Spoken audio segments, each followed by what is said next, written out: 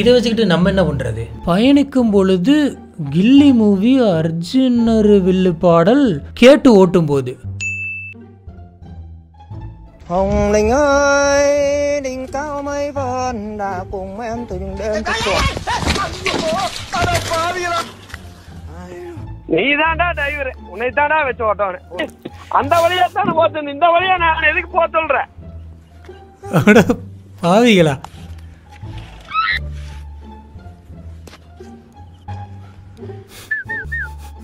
அருமைடா, ஜம்முன்னு விளக்கு வச்சு விட்டு போயிட்டு போ.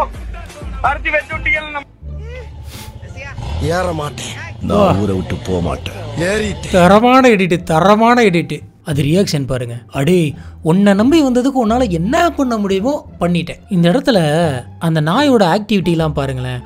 இவன் கூட போறதுக்கு பேசாம எங்கேயாச்சும் குதிச்சிடலாம் அப்படின்னு சொல்லி குதிக்கிறதுக்கு இடம் தேடிக்கிட்டு இருக்கு. சரி, நான் செவனே தானா போய்க்கிருந்தேன். யாரு வம்பு தும்புக்காச்சும் போனா இந்த இடத்த ஃப்ரீஸ் பண்ணுங்களேன். என்னை எங்க கொண்டு வந்து நிறுத்திருக்க பாத்தியா அப்படின்ற மாதிரியே இருக்கு. என்னங்க எந்த டயலாக் போட்டாலும் இந்த நாயோட ஃபேஸ்க்கு அது ஷூட் ஆகுது. அப்படி ஒரு ரியாக்ஷன்ரா அது. உண்மையாலுமே அந்த நாய் அந்த சமயத்துல என்ன யோசிச்சிருக்கும்? கமெண்ட் பண்ணுங்க.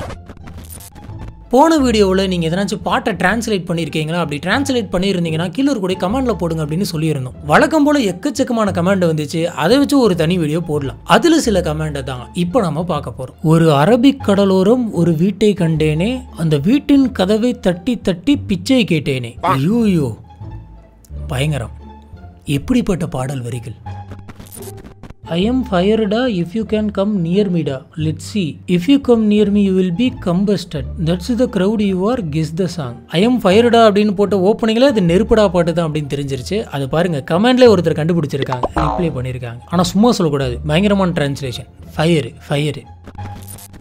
If you throw your hair as a fishing rod, mustache will be catch like fish. இந்த மாதிரி ஒரு லைன் எங்கேயோ கேட்டிருக்கானே. முடிய விரிச்சு வளையா சம்திங் அப்படி தான் வருமா? மீனா மாட்டுது. என்ன பாட்டு? நல்ல ஞாபகம் இருக்குது. இந்த மாதிரி ஒரு லைனை கேட்ட மாதிரி இருக்குது. Don't stick man's chest by looking like a snake. இல்லைங்க, எதுவும் நல்லா கேட்ட மாதிரியே ஒரு பாட்டாக இருக்குது. ஞாபகமே வர மாட்டேங்குது. பாம்பு மாதிரி பார்த்து பசங்க நெஞ்ச அந்த மாதிரி எது வருமா? பாம்பு பார்வை பார்த்தா இல்லை. அது முன்னாடி லைன் வந்து ஹேர் ஆஸ் அ ஃபிஷிங், முடிய வளையா விரிச்சு. பயங்கரம். என்ன பாட்டுன்னு தெரியல. தயவு செஞ்சு நீங்களே வந்து கமெண்ட்ல இது என்ன பாட்டுன்னு சொல்லிட்டு போயிடுங்க. ஆனால் நல்லா எங்கேயோ கேட்ட மாதிரியான ஒரு லைனாக தான் இருக்குது. டக்குன்னு கண்டுபிடிக்க முடியல. மனச வளையா விரிச்ச அந்த மைனா மாட்டல் அது கூட இல்லை. ஸ்கூலுக்கு தனியாக பஸ்ஸில் போகிறப்ப கம்போஸ் பண்ணேன். என்னோடு வா ஸ்கூலு வரைக்கும். ஓ, சாந்தி. என்னோடு வா ஸ்கூலு வரைக்கும், என் ஸ்கூலை பார், கிறுக்கு பிடிக்கும், எந்த கேனையோ தெரியாதே, இந்த ஸ்கூலை ரெக்கமெண்ட் பண்ணானே, அதை நம்பி நானும் வந்தேனே, வந்து மென்டலாகி போனேனே.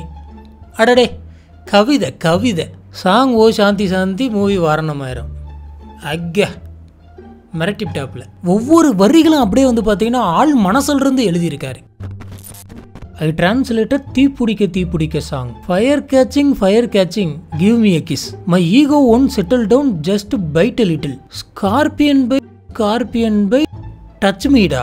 யூயோ, பயங்கரம். இது ஒரிஜினலோட பயங்கர இன்டென்ஸா இருக்கும் போலயே வெறி கொண்டு டிரான்ஸ்லேட் பண்ணியிருக்காரு. வேற ஒன்றும் இல்லை. இன்னைக்கு நம்ம என்ன பண்ண போறோம் அப்படின்னு பார்த்தீங்கன்னா, இன்டர்நெட்டுக்குள்ள வைரலா போயிட்டு இருக்கக்கூடிய வீடியோக்கெல்லாம் எடுத்து வச்சு நம்ம ரியாக்ட் பண்ண போறோம். நம்மளோட வீடியோஸ்லாம் உங்களுக்கு பிடிச்சிருந்தது அப்படின்னு சொன்னா மறக்காம லைக் பண்ணுங்க. கீழே இருக்கக்கூடிய கமெண்ட் பாக்ஸ்ல போயிட்டு ஹார்ட்டின் போடுங்க. அண்ட் நம்மளோட சேனலுக்கு சப்போர்ட் பண்ணுங்க. ஹலோ ஃப்ரெண்ட்ஸ், நான் உங்க சாமி. Welcome to the show.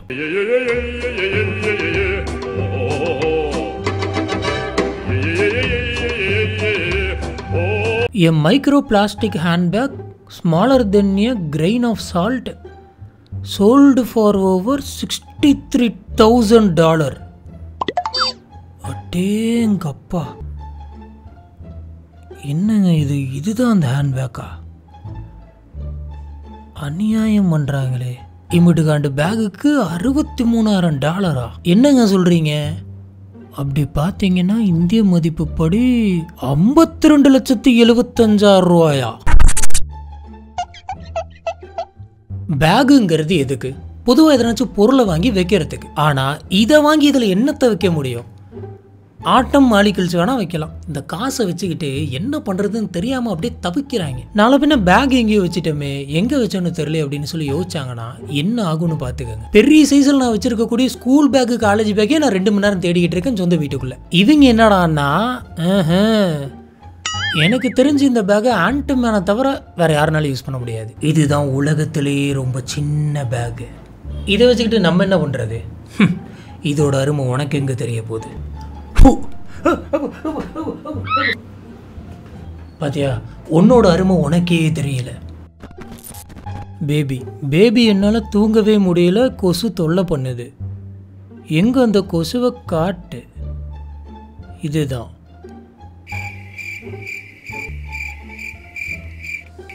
Top top top. இப்போ தூங்கு செல்லம். Thank you baby.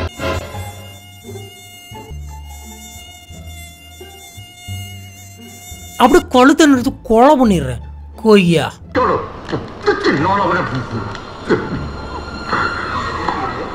சோ சப்பா சாமி, இவன் வேற கூட்டு போங்கடா. நம்ம யாருக்கு என்ன தீங்கு செய்தோம்னே தெரியல. நமக்கு மட்டும் இந்த மாதிரியான கொடுமைகள்லாம் பார்க்க வேண்டியதா இருக்கு. நாங்க வேணா ஒரு 5 பேர் ஒன்னா தற்கொலை பண்ணிக்கிட்டுங்களா? டேய், என்னடா பண்ணி வச்சிருக்கீங்க?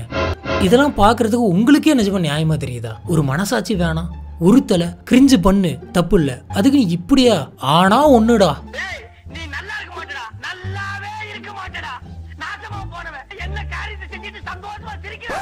இந்த சாட்டெல்லாம் கொசு படிச்சதுன்னா கொசு கூட உங்களை அண்டாதுடா.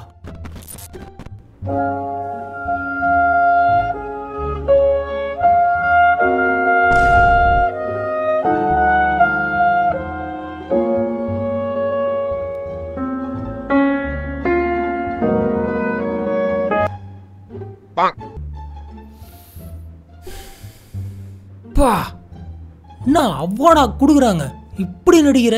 ஆனா அவர் எவ்வளவு பவர்ஃபுல்னு பாத்துக்கங்க. கையை வைக்கிறதுக்கு முன்னாடி இந்த தேங்காய் உடைஞ்சு போயிடுச்சு. இன்னும் அடிக்கவே இல்லை, அதுக்குள்ள அலற. சிங்கம் தன் நிழலை விட வேகமா எடுத்து சுற்று பார்ப்பார்.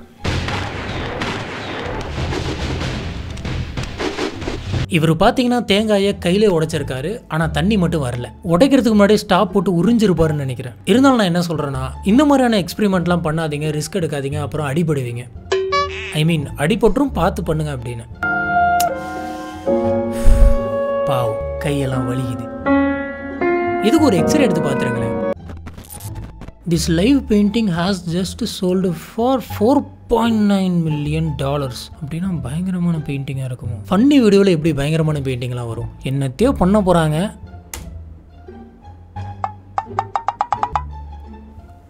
என்ன பண்ணுறாங்கன்னு தான் தெரியல. என்ன கிறுக்கி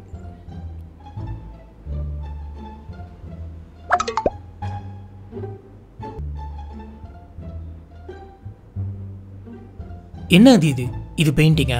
இல்லை நான் பெயிண்டிங்கான்னு கேட்குறேன். இந்த சின்ன வயசில் எல்லா ஸ்கெட்சோட மூடியும் கழட்டிட்டு கையில் இப்படி பிடிச்சி இந்த பேப்பரில் முறுக்கு புழிஞ்சிட்டு இருப்பாங்க, பார்த்துருக்கீங்களா? அது நானும் பண்ணியிருக்கேன். அந்த மாதிரி இருக்கு இந்த ஆர்ட். கிறுக்கு தெரியாதவன் சாட்டில் கிறுக்கியது போல் இருக்கிறது இந்த ஓவியம். இது $4.9 million ஆமாம்.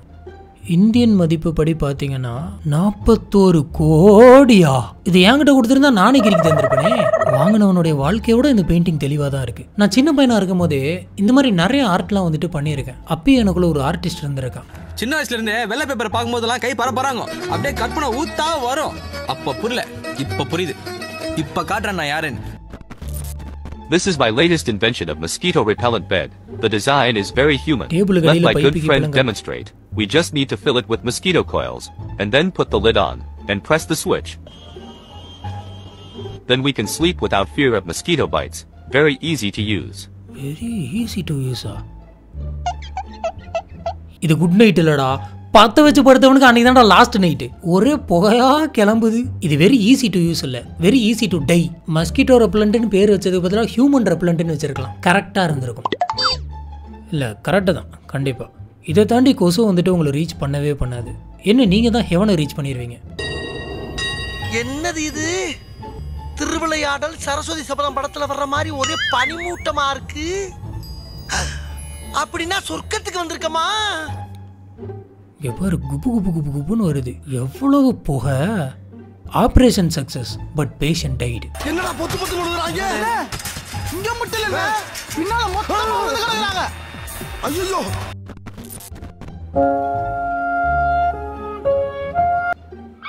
என்ன குமுதா குக் பண்ணிட்டு இருக்கும்போதே அப்படியே டைரக்டா சாப்பிட்டு பார்க்கலாம் அப்படின்னு சொல்லி ஒரு புதுவிதமா ட்ரை பண்றாரு போல இருக்கு. பரவாயில்ல, இந்த உப்பு மிளகா பொடி எண்ணெய் இதெல்லாம் போடாம விட்டாரு, போட்டிருந்தாரு. சரி அப்படியே போட்டிருந்தாலும் உப்பு காரம்லாம் கரெக்டா இருக்கா அப்படின்னு சொல்லி செக் பண்ணிருப்பாரு. சூடு ஓகே, சுகர் கம்மி.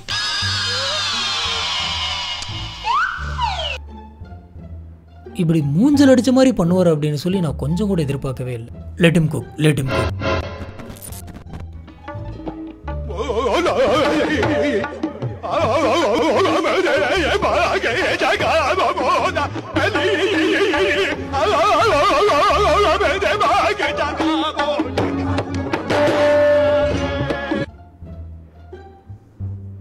என்னது இது பாட்டு? எலக்ட்ரிக் ஷாக் அடிச்ச மாதிரி கத்திக்கிட்டு இருக்காரு.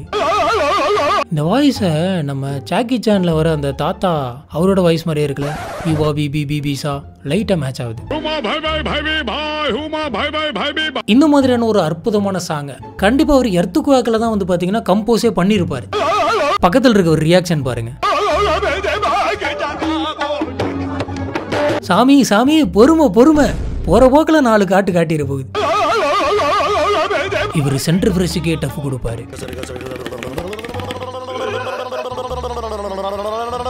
நாக்கை நாட்டியமாட செய்யும்.